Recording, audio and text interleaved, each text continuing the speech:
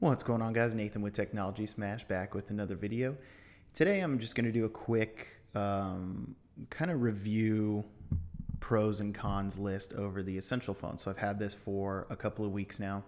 I got it from that Prime Day deal if you saw my video of me unboxing it. And these are just a few things that you might want to know if you're looking to buy this phone. So we'll start with the cons first. Some of this is going to be stuff you've probably heard if you're already sort of looking for or looking at this phone. So con number one is going to be the camera. So the camera has gotten a lot better with updates as far as I've seen. I haven't had this phone as long as, it's been out, but it's not the best camera. I guess it's not as much a hardware problem as it is software, so it could continue to get better. I haven't tried like the Google camera APK or anything on it, but it's subpar. I've taken a lot of photos where my subject wasn't moving in any way, and it was just a poor photo. It was blurry somehow, just because I probably moved a little bit. But that camera is, you're not really buying this for the camera, especially with the price of how cheap you can get this now. It's just not the best. I mean, I don't really have anything here I can take a photo with anyways, but you can kind of see it has that little bit of lag that like better high-end cameras don't. And you can see the shutter takes a good amount of time longer than it should. So overall, it's not the best, but you're not paying for that because of the price, obviously. So you would spend more if you want a really good camera.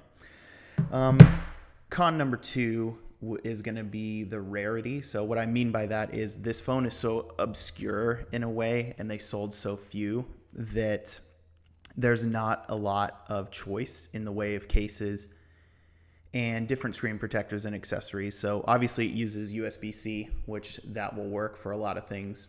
There's no headphone jack, but cases and things like that are more hard to come by than other phones. So that just, it is what it is. Number three, the speaker on this thing is not very good because the only speaker is right here in the bottom left corner. So it's one of those ones where if you're holding it, you can block it very, very easily. Try to pull up a video here and kind of show you what I mean, but it depends on how you listen to media. It is always nice to have the option. So when people say things like, well, I don't listen to things that way, but sometimes you do. So it's always that, like, I'm getting this weird survey, of course. So let's, I'll show you kind of. Cable and a headphone adapter because this has So if no I'm holding it, headphone jack. I can I got easily the black moon color. I got this on a Prime Day deal for only $250. So cover that. So huge fall you have from other the $700 phones that it was like on launch, I believe. That was iPhones, the launch price. So and we'll just cut this I think the slit here on new the right-hand Galaxy side. Note This is a- phones where they have the dual speakers. So on my iPhone, there's going to be a speaker at the bottom, and then there's going to be one at the top. So you have that stereo. So even if you covered this would come out a little bit. So it's something to know and to think about.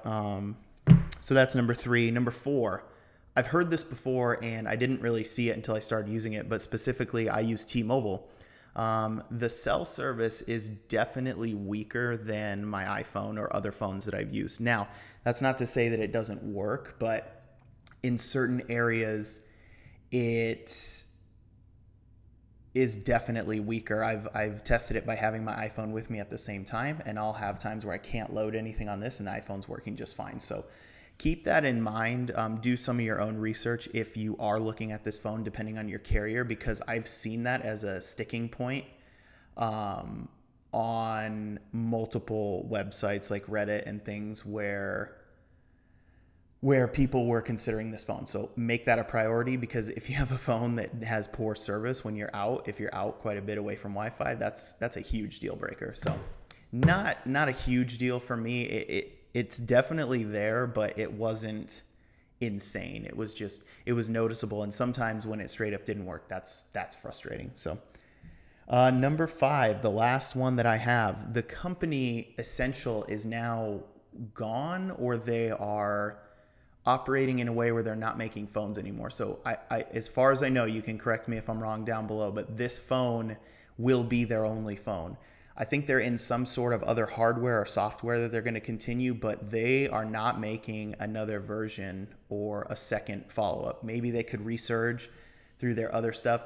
It's really too bad because you had the makings of what could have been great. It's just that camera and certain things just killed it right away, and the sales just weren't there. And if the sales aren't there, you can't just continue forever. So that's kind of where this phone went, which is too bad because now we'll get into the pros. And the pros, don't let this sway you. The cons, I just was coming up with things that were sort of a little bit of a bother, but this phone is for sure a great phone, especially the price that I got it at. I'd say if you can get this phone for $400 or less, it's a definite phone that you should be considering or that you should just get. Like, it's a great phone. So we'll start with pro number one. This build quality is just insane. So the back here, you can see it's literally a mirror finish, and you can basically not scratch this. This is ceramic. It's been tested by multiple other YouTubers and just people in general. Very strong stuff, very scratch resistant. This thing is just a tank. It's very, very strong. You won't have any problems. The build materials they used are so much more rare compared to other companies. So ceramic here, titanium on the sides, has that plastic around the rim of the screen so that it won't, direct contact with metal and shatter. And I do like that the glass is a very straight compared to other ones. It does curve at that 2D on the edges, but it's not insane. It's a nice flat surface. I haven't got or tried any screen protectors for this, and I do think it needs one just because of that straightness, and I tend to just get scratches no matter what, pocket scratches, and I don't really use a screen protector, but take that for what it is. The build quality on this is top notch. It's one of the best phones I've ever seen as far as build quality. Number two, the speed. Because this is running stock Android, which is also number three, but the speed itself, this phone is very, very snappy. It gets updates and things right away. So I actually got the Pi update, I think either before or the same day as Pixel owners, which is crazy. It popped up and I almost thought that it was like a typo of some sort, which I know sounds stupid, but let me see if I can find, they kind of move stuff. So you can see right there, Android version 9. So it updated to Pi. Very, very snappy, very little bloat in this, if any at all. I don't know if there actually is any. I don't think there is any. If I look through the app drawer, all this is stuff that I downloaded, and this is a secondary phone, so there's not much on here, but yeah, super speedy. That's also number three though, stock Android. Like I said, any device you can get that's running stock that has great hardware is always going to be better than phones with skins, even lighter skins. Like OnePlus has a pretty light skin, but it's stock Android for the most part. So if they could ever make Galaxy phones again or Samsung phones again with stock Android, I think that would be one of the best selling phones of all time. Like if the Note 10 was running stock Android, can you imagine? It would be huge if it just had S Pen integration or whatever, or the next, Galaxy S10, whatever it had to be. But that is number three for the pros. And number four, updates are going to keep happening as far as I've heard, at least for a little while longer. So you're going to get the version of Android that people with phones straight from Google are going to get. So another positive, if updates are important to you, that's one thing. If they're not, weigh that against whatever, because this phone is cheap anyway, so shouldn't be a huge deal. Last thing, which kind of leads me into that, cheap and affordable now, especially with this price. So it launched at $700.